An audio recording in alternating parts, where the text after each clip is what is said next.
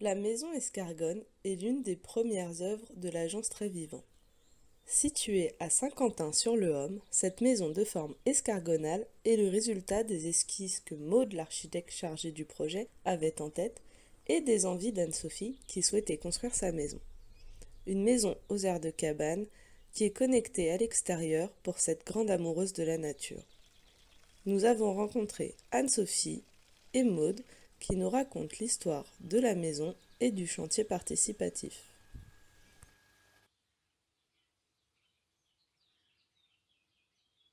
Commencé à m'intéresser à tout ce qui était un petit peu habitat au départ plus léger, la yourte et compagnie.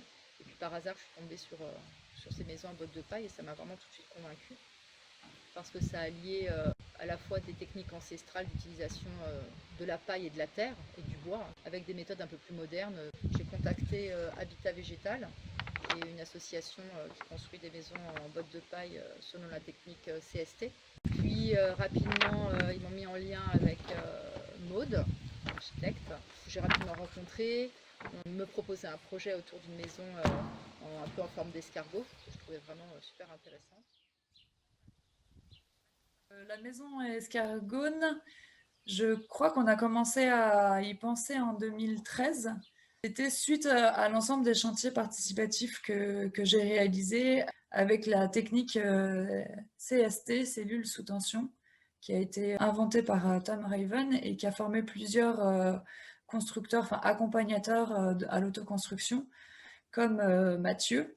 Et quand on s'est revu sur une des dernières sessions, je suis arrivée avec un petit dessin d'une maison qui reprenait le principe des constructions à cellules sous tension avec des plans hexagonaux, mais en modifiant légèrement ce plan-là pour créer l'escargone, justement.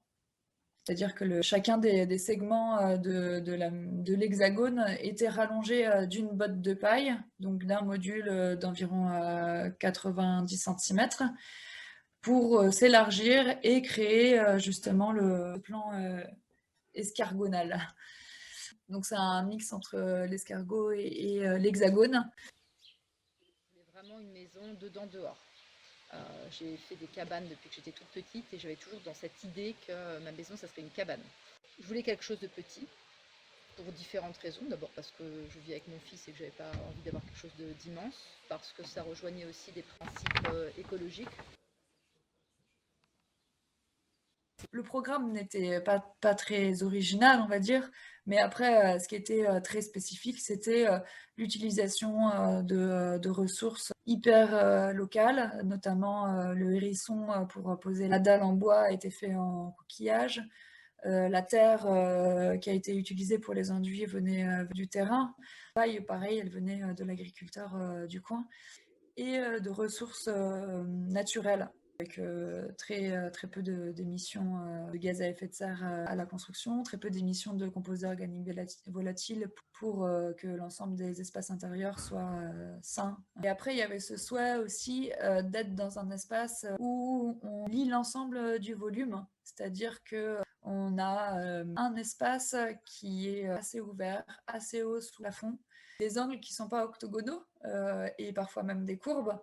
Donc ça aussi, ça marque beaucoup l'espace. Et il y a un débord de toit assez prononcé, qu'on est dans une région qui est assez humide et qu'on a des enduits en terre, soit de la paille, donc on va chercher à vraiment protéger la paille. Quand on a commencé à mettre les choses en place, je me suis dit, ça va faire une grande chambre par rapport.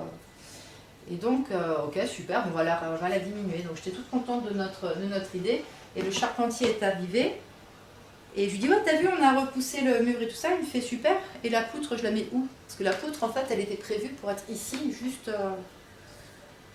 Et donc voilà. Bon, bref, il a bidouillé, il a remise là, il a fait des reports de charge, je sais pas quoi. Mais, Il y avait aussi cette intention d'avoir un espace tampon à l'entrée de la maison qui permette de rentrer dans un sas qui fasse en même temps un tampon thermique, mais également qui soit un espace qui soit la transition entre l'intérieur et l'extérieur.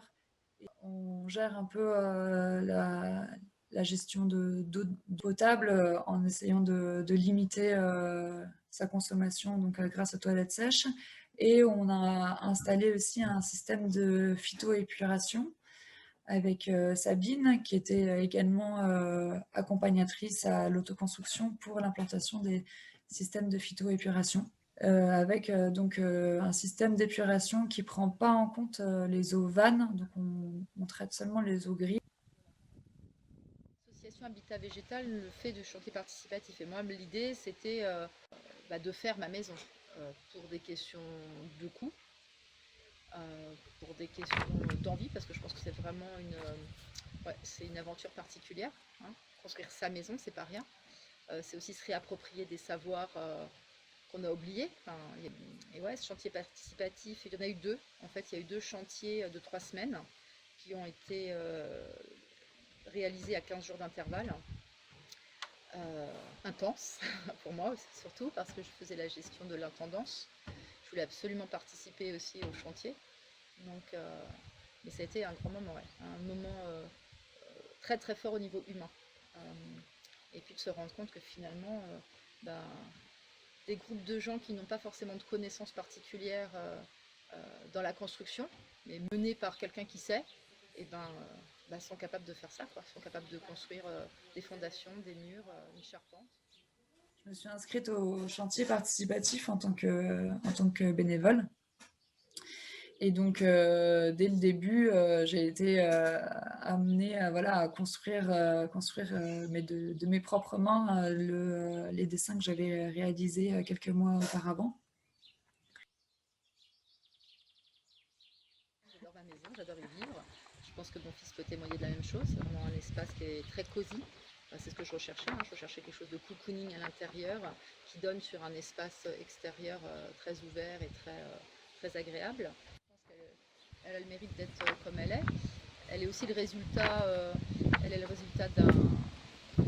d'une envie de ma part, elle est le résultat d'un dessin d'architecte, puis elle est aussi le résultat pour des petits détails de plein de gens qui sont venus et qui ont apporté leurs idées et que j'ai laissé faire, parce que je trouvais que c'était aussi intéressant pour plein de choses de voir ce que ça allait donner.